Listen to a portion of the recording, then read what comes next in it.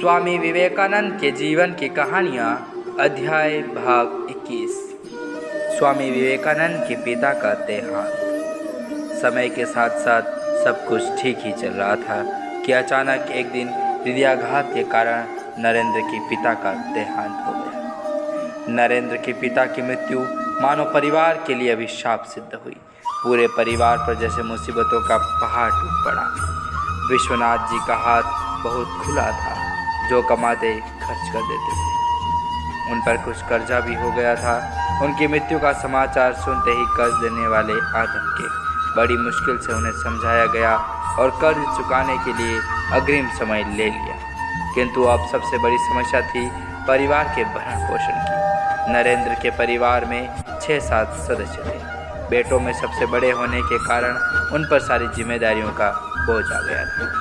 पहली बार नरेंद्र को एहसास हुआ कि दरिद्रता क्या होती है। पिता के जीवन काल में उन्होंने ऐशो आराम की भले ही कामना नहीं की थी, किंतु उन्हें किसी बात की चिंता भी तो नहीं थी। अब उनके लिए भोजन का प्रबंध करना भी एक बड़ी समस्या बन गया था। संकट की इस घड़ी में उनके सभी मित्रों ने किनारा कर लिया। उन्हें कई दिनों तक भूखे प्यासे रहना पड़ता था। नौकरी की तलाश में पूरे दिन नंगे पैर भटकते रहते थे। उन दुखपूर्ण दिनों के विषय में स्वयं नरेंद्र ने सविस्तार वर्णन किया। भूख से बुरा हाल था। एक दफ्तर से दूसरे दफ्तर नंगे पैर भाग दौड़ करता, मगर सब तरफ घृणा के अलावा कुछ नहीं मिला। उन दिनों मानव की सहानुभूति का अनुभव पाया। जीवन की वास्तविकताओं के साथ यह मेरा प्रथम परिचय था।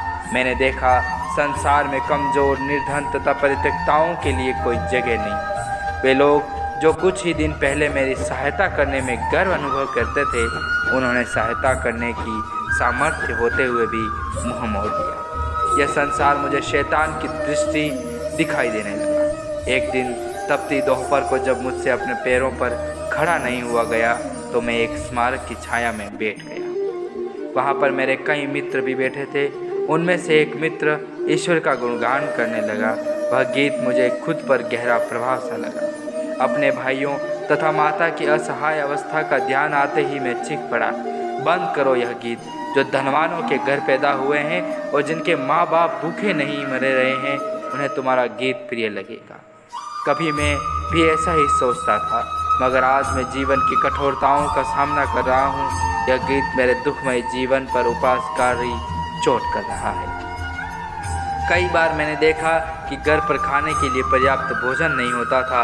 ऐसे समय में मैं माँ से झूठ ही कह देता कि मुझे मेरे मित्र ने भोजन पर आमंत्रित किया है, और मैं भूखा रह जाता था। हालांकि मेरे धनी मित्र मुझे अपने घर खाने के लिए आमंत्रित करते थे, मगर उनमें से किसी ने भी मेरे दुर्भाग्य काल में मेरा सहयोग नहीं किया।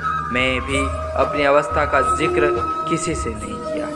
आज सच में मेरा भी मन बड़ा व्यथित है। श्री राम, श्री राम।